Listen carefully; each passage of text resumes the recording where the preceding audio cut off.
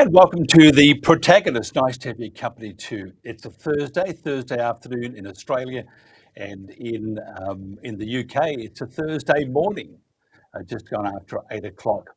Now, we've all been sold a pup, sold a lie, sold. It's fantastic, and that's digital ID. It's more like a Frankenstein's monster, isn't it? Now, the government's public messaging is focused on convenience and protection. Protect the children, protect anyone. So it's like Mother Teresa and Frankenstein all wrapped up into one. And these concepts are embraced by the public in an increasingly and incredibly insecure world actually created by our governments. So we're going to protect you from us, but we're not going to protect you. And those opposing digital ID have emphasised the hazards of government control, the destruction of privacy, and the critical gateway provides to CBDCs, which will track every transaction. Now think about it, every transaction for which citizens must account.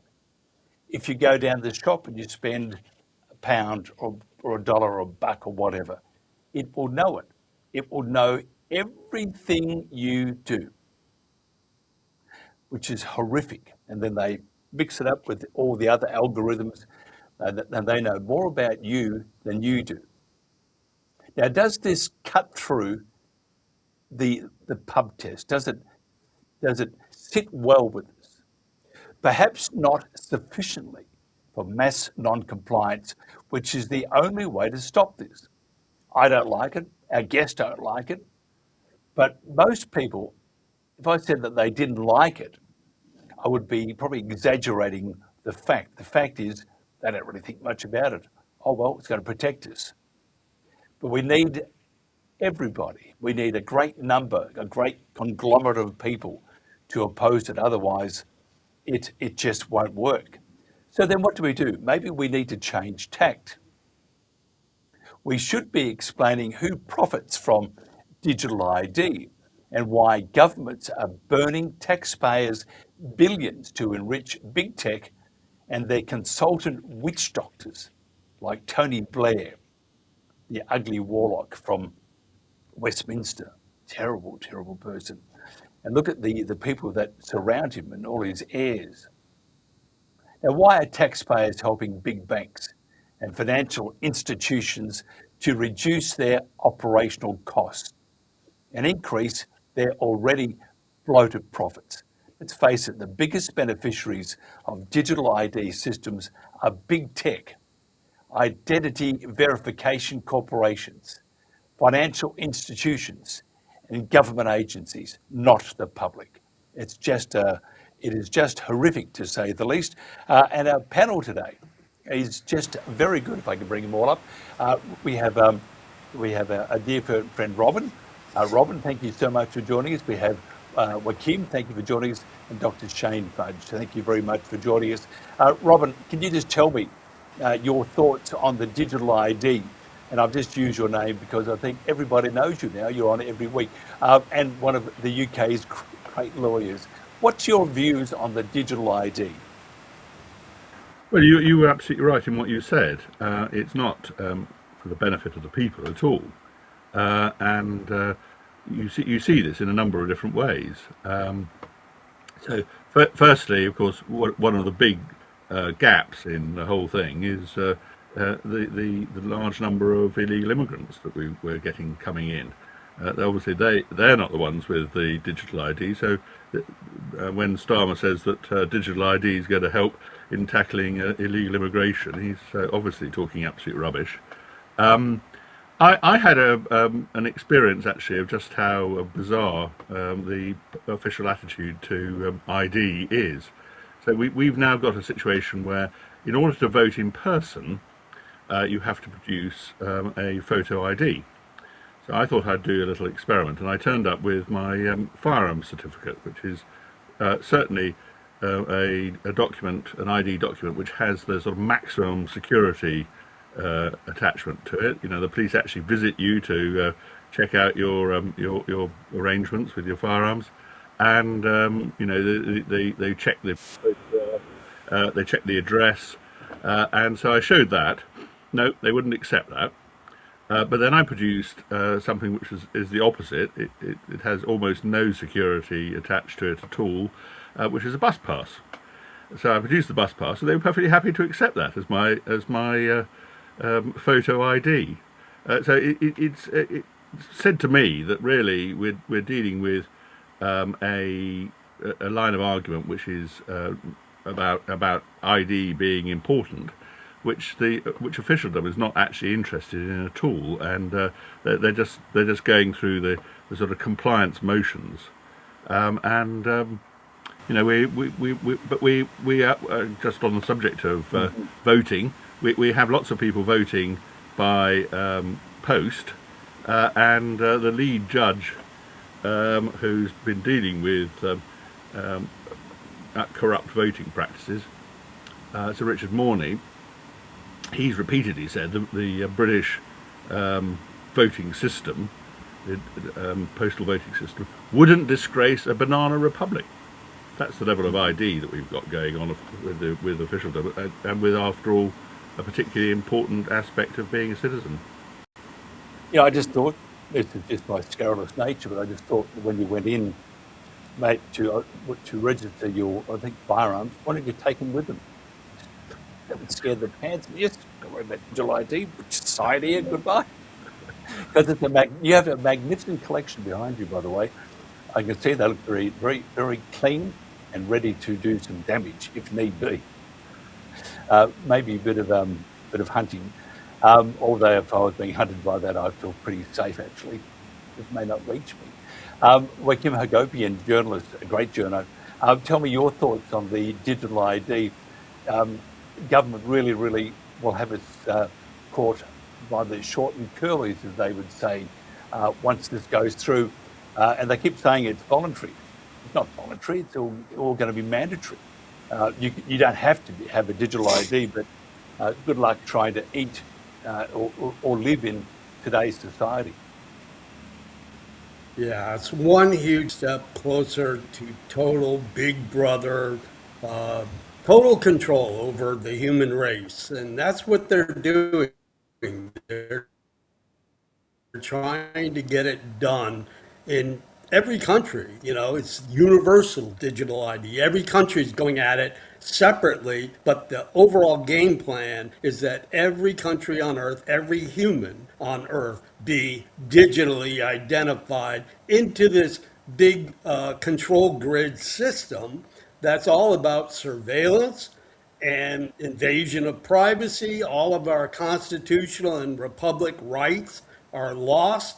And as you had alluded to earlier, once they go with the digital ID and the DVCDs and all that, they have complete control over every transaction you make. They will outlaw cash so that you must obey according to their, and of course they'll adopt the Chinese social credit score system, where if you have a dissenting voice, you will not have access to your bank account. That is where it's going, and it's already being presented in many different countries now. And you know, as we have already mentioned, that the king alluded to this digital ID act coming up in Britain. You know, when he's the architect, along with Klaus Schwab, of the Great Reset, which is, you know, represents the same kind of control grid, slavery. So yeah, it's a very bad thing, and the people must non-comply with the demands. Dr. Shane Fudge, again, thank you for joining us, because I think it was a couple of months ago that you were on The Protagonist, and it's always great to have you back. What's your views, as he's just dropped out? This is magnificent. He's back again. Shane, what's your views on the digital ID? We'll talk about some of the nefarious associations also in regards to those that will profiteer from the digital ID. But first of all, your general thoughts on what it will do to society, and will we recognise the world in a couple of years' time? We have, Well, we saw these people making their moves. Can you hear me? yes, we can We indeed, saw sir. these people making their move in 2020, and digital ID is a fundamental redefinition of the relationship between the individual and power. This has been their real target all along. It's going to be part of central bank digital currency. Digital ID is part of that, and highs within 15-minute cities. So if we think about the idea of technocracy, you've heard of technocracy? So it's social engineering through unelected expertise. This was a movement that took place back in the 1930s. It was the idea that governance would be replaced by a group of unelected experts who would dictate every aspect of our lives and the world in which we live. And this is the kind of this is what they want. This will be a redefinition of there will be no technocracy. Our lives will be totally controlled, and digital ID is a part of it. I mean, one of the interesting things is the way that although we live in the age of stupid, a lot of people are aware that their rights will be taken away in this. So the way the government are trying to do this by stealth. So again, as you were saying earlier, kind of through security, allows to be more secure, more convenient. But it's the way they're going to kind of do this. There will be no card. It'll be through different stages. So the Digital Access Services Bill, the centrepiece of that will be the right to work. So when digital ID does become operationalised, you won't be able to work unless you've got digital ID. So employers will be compelled to do this. So that's the way they're going to do it. They're going to say that it's, you got the choice, but you won't have a choice. You won't be able to access, you won't be able to work, you won't be able to eat at some point. And they'll do this in a multi-layered way. So it's very insidious the way they're doing, the way they're implementing this. I was going to read you this, Robin, and it's horrific. There's, by the way, I just got from one of our producers, just a whole bunch of information. But this is alarming. The biggest lobbyists for digital ID include multinational tech giants such as Microsoft, Google, Meta, major banking and financial institutions, and specialised IT consultancy firms such as Mitre and Oracle. In Australia, these groups operate through tech and finance industry bodies, push for legislation and private sector integration, and that would be the same in the UK. These companies we're talking about, they're going to be, if not now, they're going to be more powerful than government. And to provide the digital ID and have access to all that information, it's quite frightening, isn't it, Robin? Yeah, it is. I mean, you're absolutely right, and of course it is the case that it is big business and big corporations that like the idea, and it is about control. It is not about any benefit to ordinary people. In fact, all the arguments that you're talking about that are being used are rather similar to the old expression. Necessity is the tyrant's cry throughout the ages. In other words, that tyrants have always talked about necessity and the good of the people to expand their power, and that's what we're getting again. We've got a situation where here in the UK we've got a government with a massive majority in the House of Commons. It's engineered a majority in the House of Lords now, and this was the product of the votes of 9.7 million electors, quite a small minority of the general electorate, under 20%, and yet they're able to force this on us against our will. Yeah, I agree there. I was going to read you this, Joachim. Tony Blair, once a technophobe. Tony Blair is very scary to say the least, but is now pushing digital ID and AI as the holy grail of governing. His vision, a smaller tech-driven state with a whole lot more surveillance. And then we have Keir Starmer. He's on board. rolling out digital wallets for official documents. But Tony Blair, though, wants more, full-scale digital IDs to control immigration, limit public services, and to fight populism. Do you have, what is wrong with that? I mean, 'cause I know what's wrong with it. I think it stinks. I think we're in deep doo-doo. But what's your views on Tony Blair wanting a smaller tech-driven state with greater surveillance? Well, there's a very small minority of controllers out there, and he's one of them. He's a puppet, though, but he's nonetheless their man and to interface with the public. Even though I don't think the guy's very popular, I don't believe he was even popular as prime minister at one time. But yeah, he's in the pocket of the big billionaire class and the Epstein class, as they call it nowadays. Uh, and they're all about basically control and depopulation. And so, he's just trying to sell it. And, I don't think it's going to work because I think there's enough people that distrust their government now that they will not buy into it.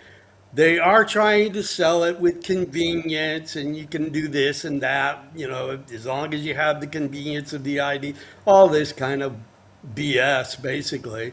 But I think that people, in their distrust toward the government, I don't think they're going to have a majority. But then, they have a way of ramrodding these things through against the will of the people. So, we have to be hyper vigilant and very resistive to any kind of move. They'll come out with some kind of referendum vote or something like that, and they'll try and sell it. And it's up to the public to become educated enough to know the difference and definitely not sign on to it. Yeah, Shane, it's actually my eyeballs are about to pop out of my head. Have you listened to this? Tony Blair is accused of, looks like Marty Feldman. Tony Blair is accused of secretly lobbying, for Oracle. Now that's a company that stands to make millions from the Labor government's ID card scheme. Now the Ellison Institute of Technology, founded by, of course, Larry Ellison, has donated or pledged £257 million to Blair's Institute for Global Change.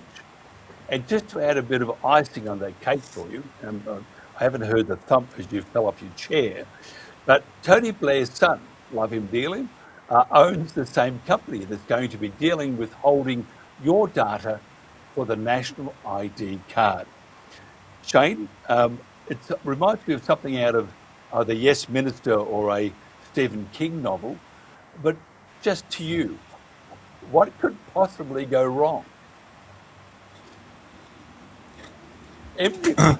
Well, it was interesting because Tony Blair tried to push through digital ID back in 2006, 2007, and nobody was having it at all. But he was obviously trying to please his paymasters a long time ago, and I think he was put in charge of the Labour Party, and that was a start of all this kind of. I mean, what we're seeing now is the culmination of a long decades of planning around this. And like I say, Blair tried to push this through back in the 2000s, and he wasn't successful. But he was just biding his time, and I think he's behind the Labour Party now. He's the kind of, he's got puppet masters behind him, but he was behind the Labour. He's behind the Labour Party. There's been a long-term agenda, in place for a long time. And I mean, one of the interesting things, Palantir, they're running our healthcare system. It's the same kind of thing. These big corporations are moving in and taking over, and data's the currency. Data is the currency of these organisations now. That's how they make money, from data. Doge in the US.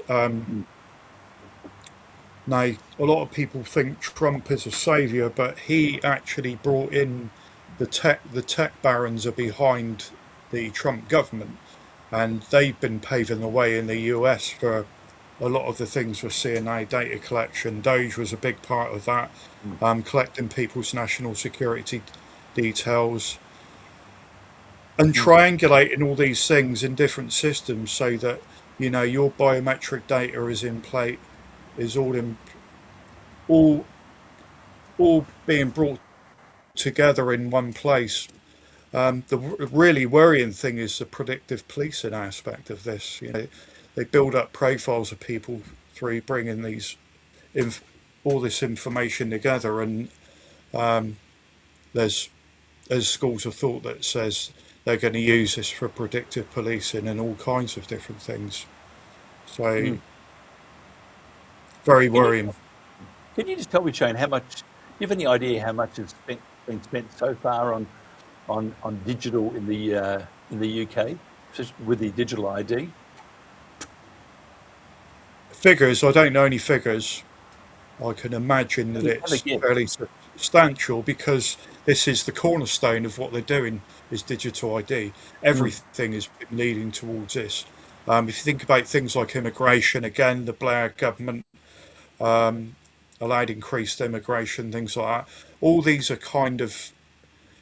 there's lots of different elements to this, but one of the things is to reinforce the idea of digital ID is a good idea. They've been very kind of nefarious in the way they've done this. So if you've got increased immigration, increased crime, then you kind of set the parameters for introducing digital ID. Robin, can you tell me Tony Blair, not Tony Blair, sorry, Nigel Farage, is there a difference? Can you tell me Nigel Farage, the celebrity game show host in waiting, or some say waiting to be the next Conservative Prime Minister, he actually said that he was against digital ID, and that was a little while ago. Has he said anything since the King decided it's a good idea that we have digital ID? Not that I'm aware of, but I think we need to take account of the fact that what the King's supposed to be doing at the state opening of Parliament is reading out a speech that has been prepared for him by the government. Obviously, the Labour government's in turmoil at the moment because there is the issue of who's going to succeed Keir Starmer. There has been actually a couple of things that I think we ought to take account of when we were talking about Blair and his thinking about his interest in and support of civil liberty. When he was the Prime Minister, he was trying to give the police the right to hold us for 90 days without charge. So they could arrest you, they could hold you for 90 days, and some people pointed out that the South African police in the time of apartheid had actually regularly held the person for 90 days and then let them go and then rearrested them on the steps of the police station and hold them for another 90 days. So you could be held for a very long time without any charge. And we've got a quite an interesting little sort of story that links in with what happens with data. The chief of staff of Keir Starmer's operation in 10 Downing Street, McSweeney, he was being faced with demands by the committee investigating what had happened about the appointment of Lord Mendelsohn, a friend of Epstein, to be the ambassador for the UK government in Washington. And McSweeney was one of those who was very friendly with Mendelsohn and had been at the back of parachuting him in. He's not obviously an official, and it's they were appointing a political crony to that position. So anyway, his mobile phone was wanted in order to see what messages he had exchanged with Mendelssohn about his appointment. And just as he was supposed to produce this, it was stolen apparently from one of the most secure places in the country, namely 10 Downing Street, and he was then asked about, well, what about the backups? Because obviously all of us who have smartphones, most of our information is backed up, whether we like it or not. And his answer to that is that his phone had not been backed up at all, because he was worried about the security implications that other people, namely big tech, the Americans, and various other entities, would actually have had access to all the secure material on his phone. So there you are, somebody at the centre of this project, understanding that the risk is, and using this as an argument to trying to defend himself, the risk is that the information is not held in a secure way and will be shared with hostile actors of one sort or another. Yeah, it's actually quite terrifying, Joachim. Because of your investigative journalism, you've come across many ugly stories to do with people in such high places, such as President of the United States. And you've got 5 books out, so anybody can read those, but you can talk about it at the end of the show. But this is like an enormous milk jar, isn't it? Cookie jar that they can put their hand in, and it's bottomless, because these companies like Oracle and all of the others can make an absolute fortune with the blessing of the government. Do you think there'll be any difference between, in the UK, as with any government around the world, do you think there's any difference between those that are in power and those that might be in power next time round? Is it just basically the same policy, different faces? Absolutely. I mean, in all the major countries, there's usually just a two-party system. It's basically complete autocracy within both parties, because they are puppets. All the so-called leaders, political leaders of these countries, they're all puppets, and they are ruled by, basically the Rothschilds and the Palantir Thiels and the rest of the big money people. They control the world, and these politicians are merely puppets that do what they're told. So yeah, I mean, really, we're talking here is the very few minority out of the world controlling the rest of the world, and it's just total. It is really and I bring this up all the time.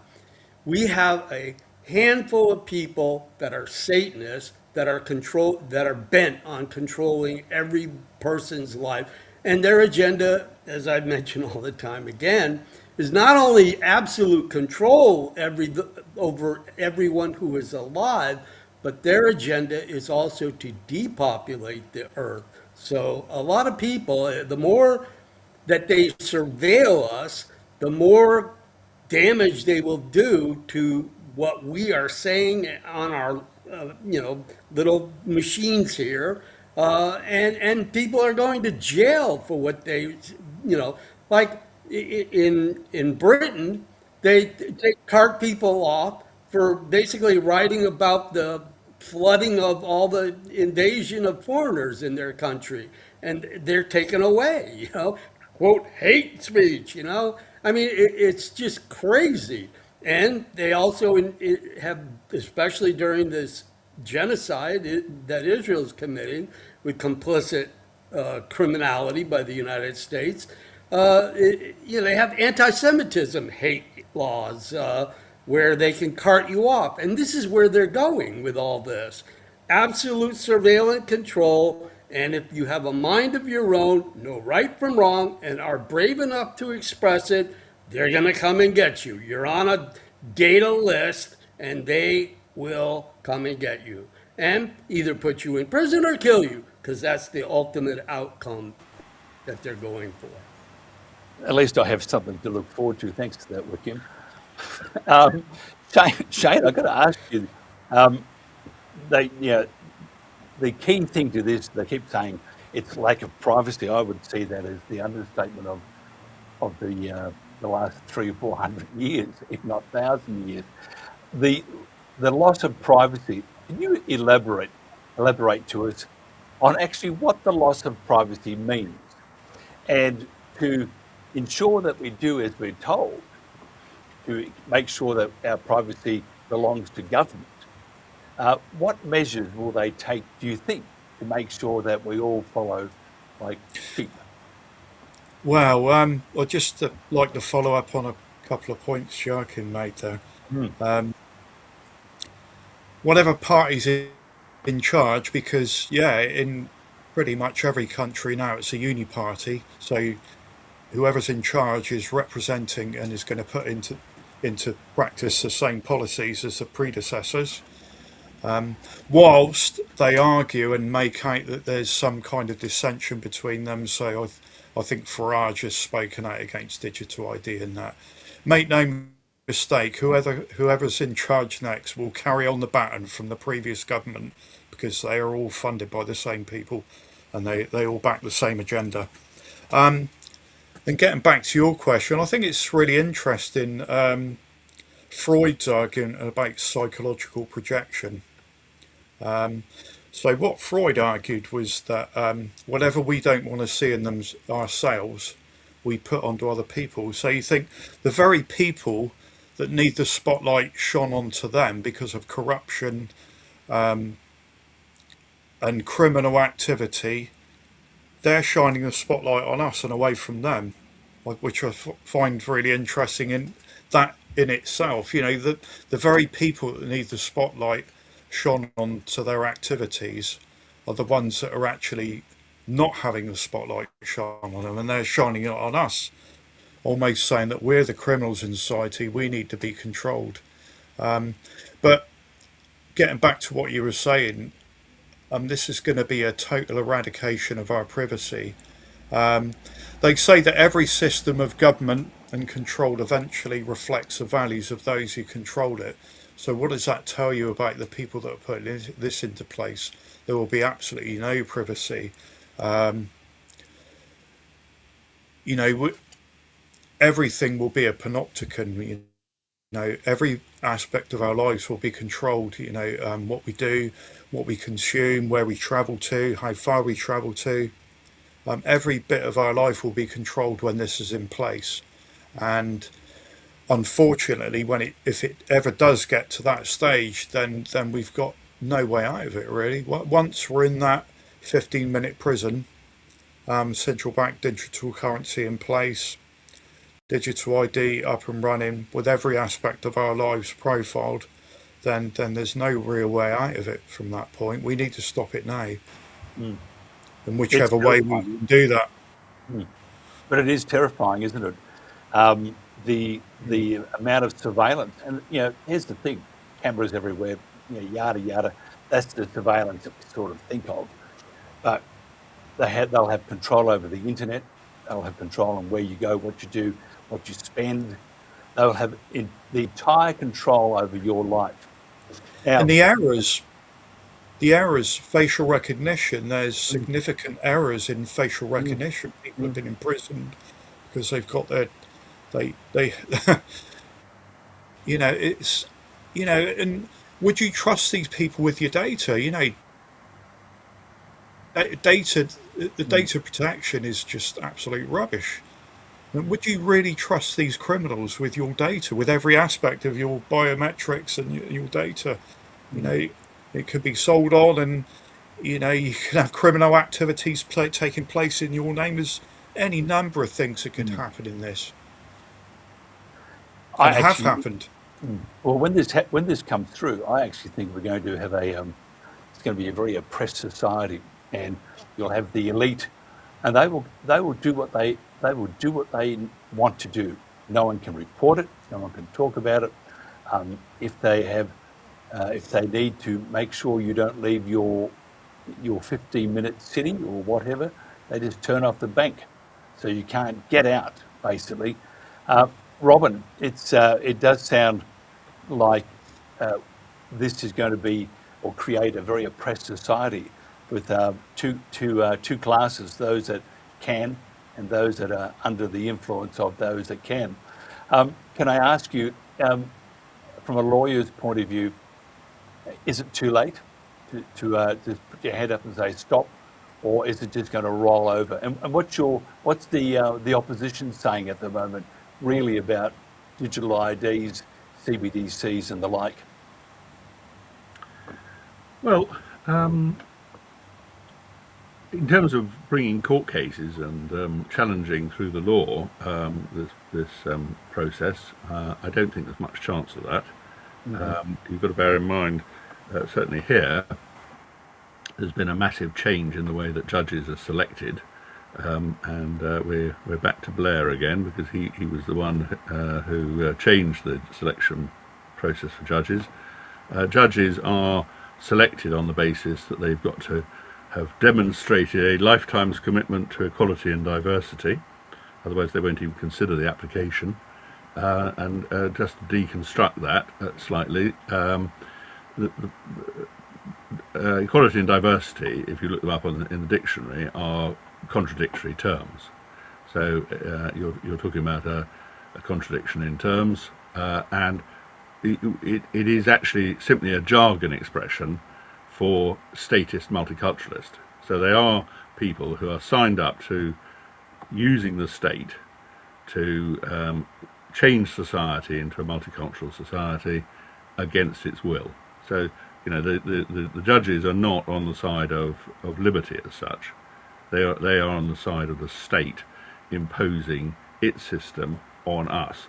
And we see this with many cases coming through the court system, so I wouldn't hold out much hope of being able to use the law to fight this off.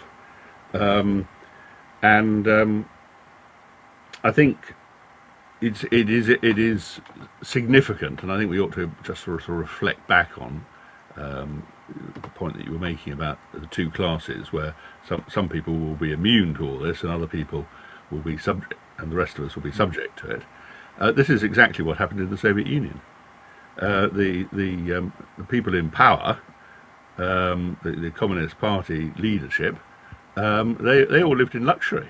They lived in the houses which had been occupied by the Tsarist upper aristocracy and royal family. They didn't live in the terrible blocks of concrete housing that you see wherever the Soviet Union was in power. You know, and they had all sorts of special rules. They had their own payment system with money that actually was of value. They had a system whereby they could be driven along on the motorways, and anybody that got in the way, if there was a crash, it was the other person's fault, even if they were driven into by the apparatchik's car. So we already know how the elite will behave when they've got all this system in place. And so far as the depopulation agenda, which was mentioned, I think it's worth just thinking that about how this ties in with the development of AI, because the artificial intelligence systems, once they are given all this data and given an agenda of control and maybe of depopulation, what you're then going to have is these AI computer systems following that through, and they will inevitably wind up carrying it far further than perhaps the original intention was of those in charge at the moment. So I think there is a bigger risk to what might happen to us all as a result of this. Joachim, the two questions here, as we've just lost him, so I'm not going to talk to him. I'll come back to Shane. Shane, can you just tell me, Um, if people, uh, one line of thought is that people just don't care. But if they did care, it wouldn't make much difference anyway, because government's going to just do what they want anyway. Yeah, I mean, the first step is to be aware of what's happening, really. If people really understood what was going on, perhaps they would have more to say. It's it's very difficult. People at different levels of understanding. So, I mean, put on a personal level, I was out with. We did leaflet dropping in London, so we did mini protests, but information, handing out leaflets, and we were handing out leaflets on digital ID back in. We went round the boroughs of London handing out leaflets on digital ID. This is 2022, I think it was. So it's kind of understanding what the end goal is, really. So it's like, you know, the protests against immigration and all the rest of it. I think people need to understand what the end goal is out of all of this. There's different aspects to all of this, which they've been very clever in controlling the narrative, pushing people down certain routes.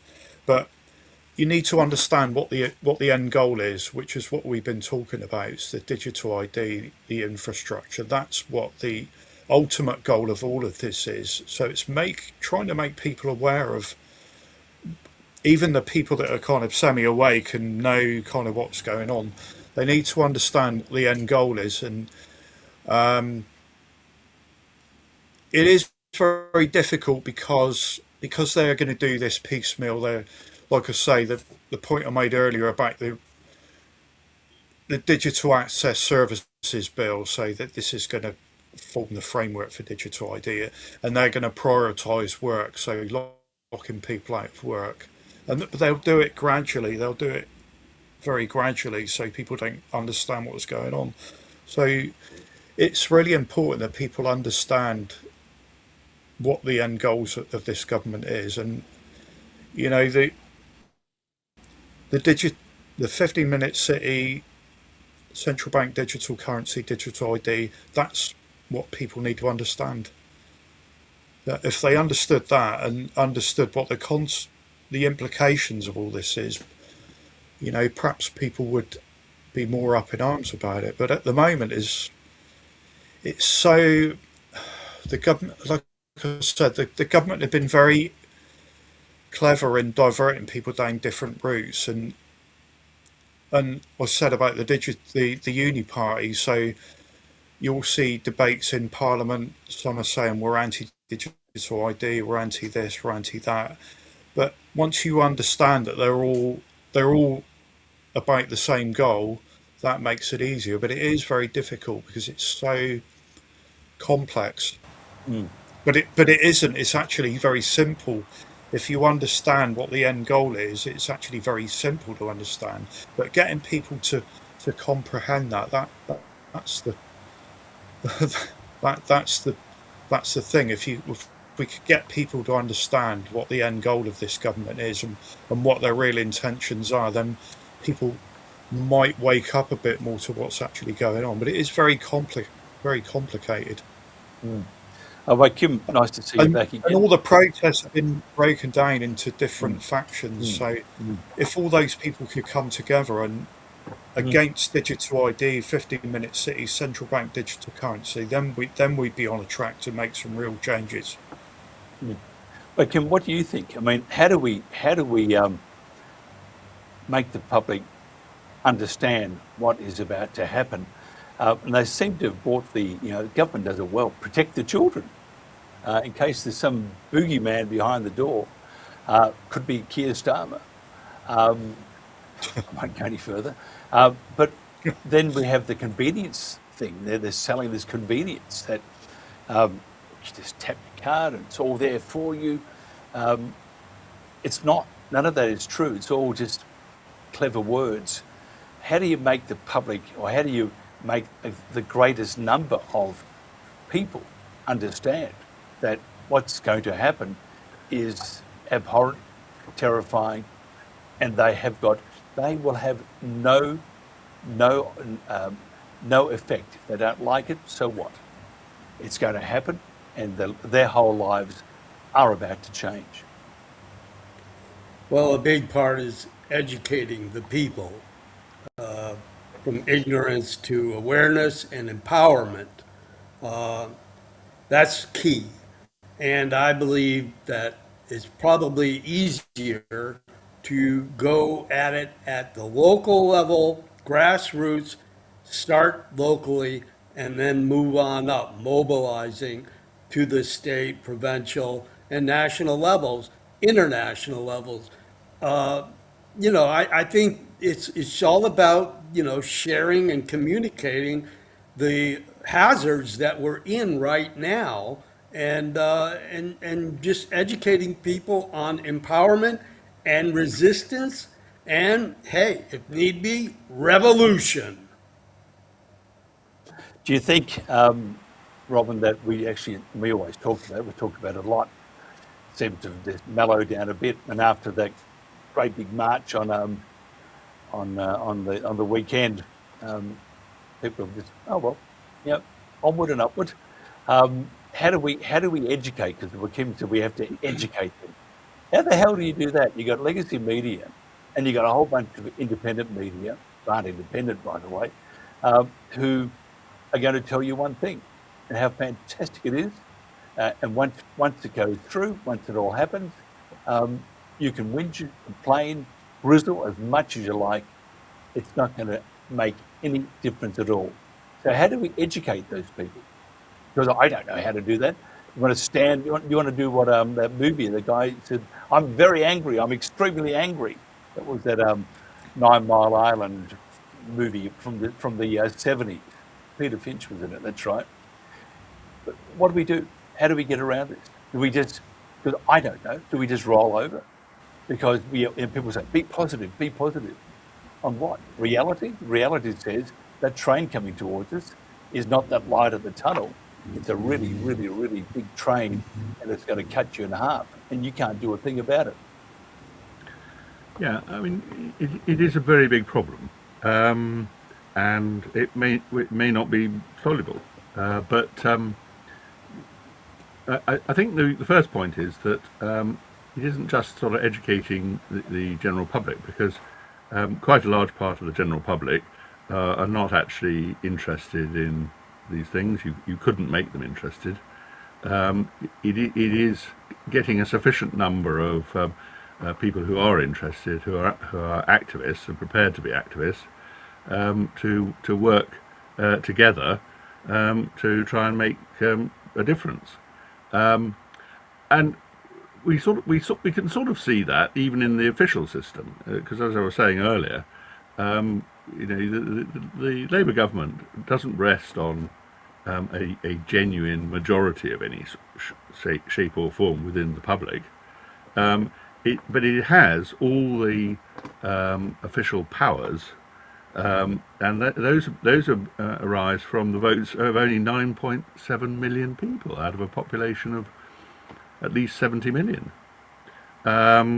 So we aren't actually talking about systems which are reacting to what the majority want in the country.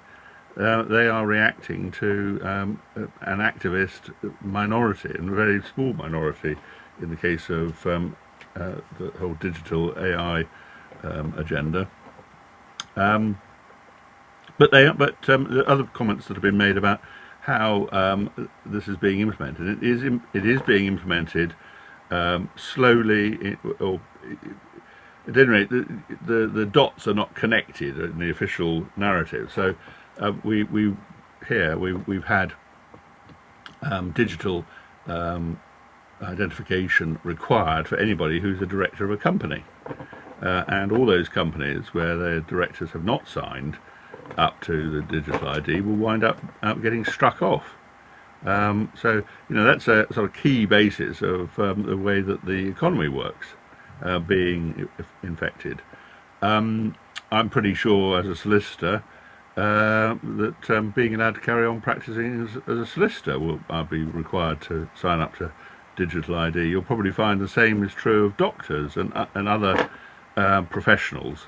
So basically, segments of the population will be picked off one after the other, rather than just hitting the whole population in one go. And gradually, we'll be at a point where most people have already signed up, and certainly they'll be looking to have the people who are most active in organising and undertaking things and getting things done signed up at an early stage, so that they're taken out of any possible opposition. And so I think we've got to understand that the official system, the state, the blob, whatever you want to call it, it does actually have all sorts of ideas about how to manage us, and those ideas are often surprisingly successful. And if you consider what happened with the whole COVID situation, it did turn out that about 20% of the population were prepared to non-comply with a lot of these rules and so on that were being produced. That they were marginalised. We all wound up being accused of being anti-vaxxers and various other expressions that were invented in order to basically smear us. Much of what we said has been proven to be true, and we're just getting bits of a report into the whole COVID situation, which is gradually coming out. And only a week or so ago, we had a section from the official report basically denying that the government's psychological nudge department had done anything improper. But basically what they'd been doing was lying about people and trying to get people excluded from being allowed to express their opinion. They got away with it. And they have. The COVID debacle. Yeah. I mean, I haven't seen anyone. They've all received gongs and pats to the back and financial rewards and stuff, but no one's been charged, and they should have been charged. And that's the scary thing with with all things going digital, and the movement is no longer a creep; it's like an avalanche of change that's coming. Before I put the final questions to everybody, I just want to know, Robin, do you think all this will be in place within the next 3 years? Because Labor, they may hope that they're going to stay in power, but they may not.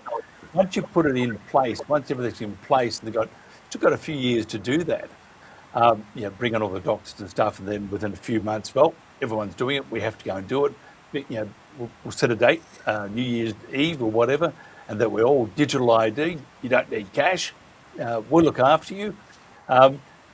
The next government that comes in, no matter how much they would like to rescind what has happened, and by the way, I think that anybody coming into government is very happy to have that power. But if there was talk of change, what's the chance of them winding these things back? That will never happen, will it, Robin? Probably not. I think it's a bit difficult to predict what the Labour government are going to be doing over the next few months, because we don't know who's even going to be the Prime Minister. In fact, we've got a process going on at the moment, an election, a by-election in Makerfield, in which one of the front leaders to become the next Prime Minister, Andy Burnham, is trying to get himself elected to the House of Commons, which is he's required to be in the House of Commons before he could become the leader of the Labour Party. There's an interesting situation there, because Makerfield is where all 10 of, I think it was, of the local councillors in the recent local elections were the people who were elected were all reform. And that was an area that Labour had thought of as being part of their red wall that they could maintain control of forever. So we don't even know whether Burnham will get elected. So we certainly don't know exactly what's going to be going on with the Labour government. But there is quite a long time for them to get legislation through. And the fact is, they do have an overwhelming majority in the House of Commons. I think they'll probably be supported in quite a lot of what you're talking about introducing all this by many of the so-called Conservative MPs as well. So the majority is even larger than it seems on the face of it. Labour has been re-engineering the House of Lords to make sure that they've got an absolute majority there as well. So our constitutional system would allow all these changes to go through very quickly and without any realistic chance of opposition. Yeah, I think it's. I think what are they saying? The classics. It's a little rude. I think we're in for a shit show. Joachim, where do you see this? To wrap it up, by the way, where do you see the global economy is heading? Where do you see the UK, the US, Australia, the EU, the entire world? Where do you see it heading? And is there any turning back? Well, with the war against Iran, the whole world economy is going to crash. That's what they've arranged. They are doing this intentionally. It's called their Great Reset. And without energy, without food, there's going to be millions of people that will not even be able to afford, much less go to the store, because the store shelves are going to be empty. I'm talking about major, never before seen, horrific change. It's already in motion, and even if that war stopped today and they opened the Hormuz Strait and all the rest, we would still have major food and energy shortages. So there's going to be a lot of desperate, angry people that will be ready for revolution. And, I hope there's a mobilized, unified front that we can all kind of be part of for this, urgent change before it's too late.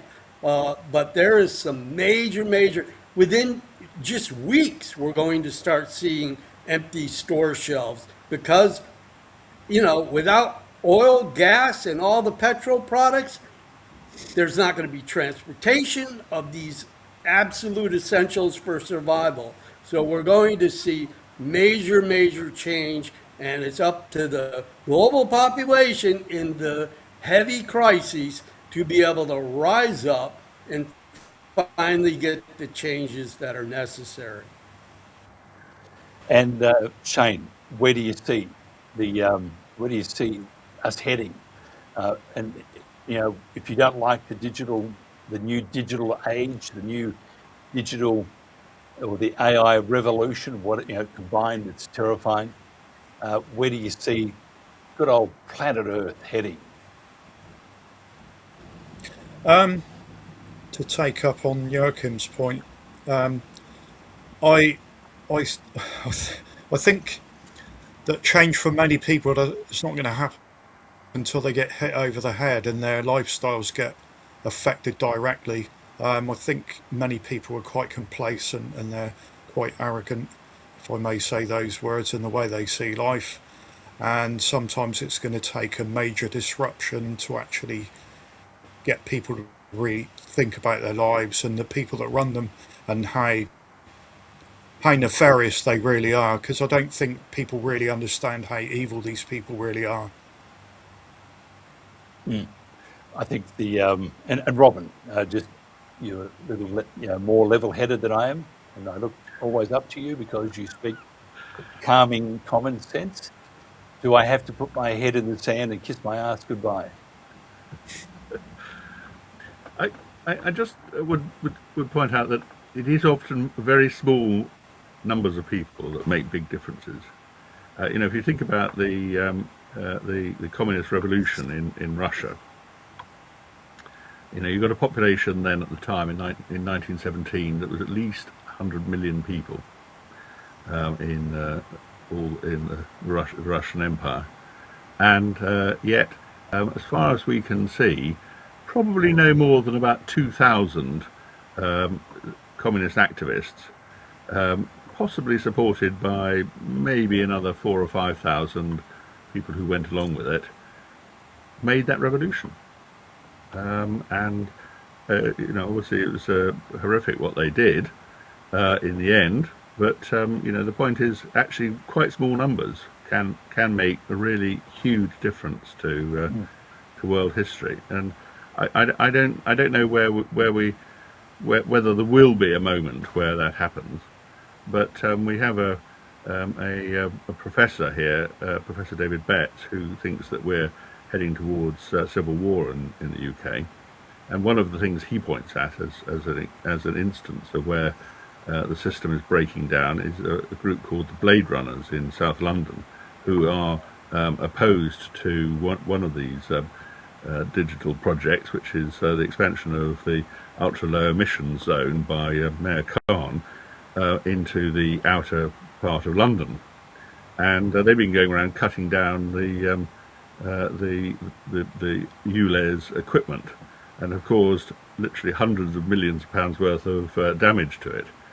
So, in other words, they're already working in a way that is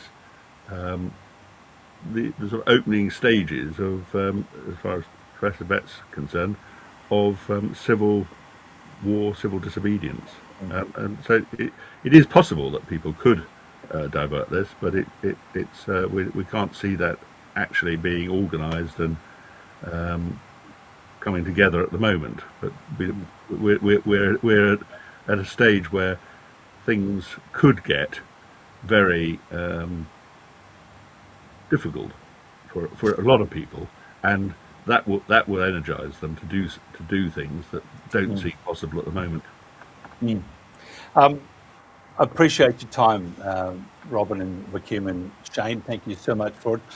Robin, if somebody wants to find out more about you for a calming conversation, perhaps, sure, you're going to die, but just relax and enjoy the last 10 seconds of life. How would they do that? Well, I hate to mention anything that's even vaguely digital in saying this, but obviously I am on Twitter, and it's at Robin Tilbrook.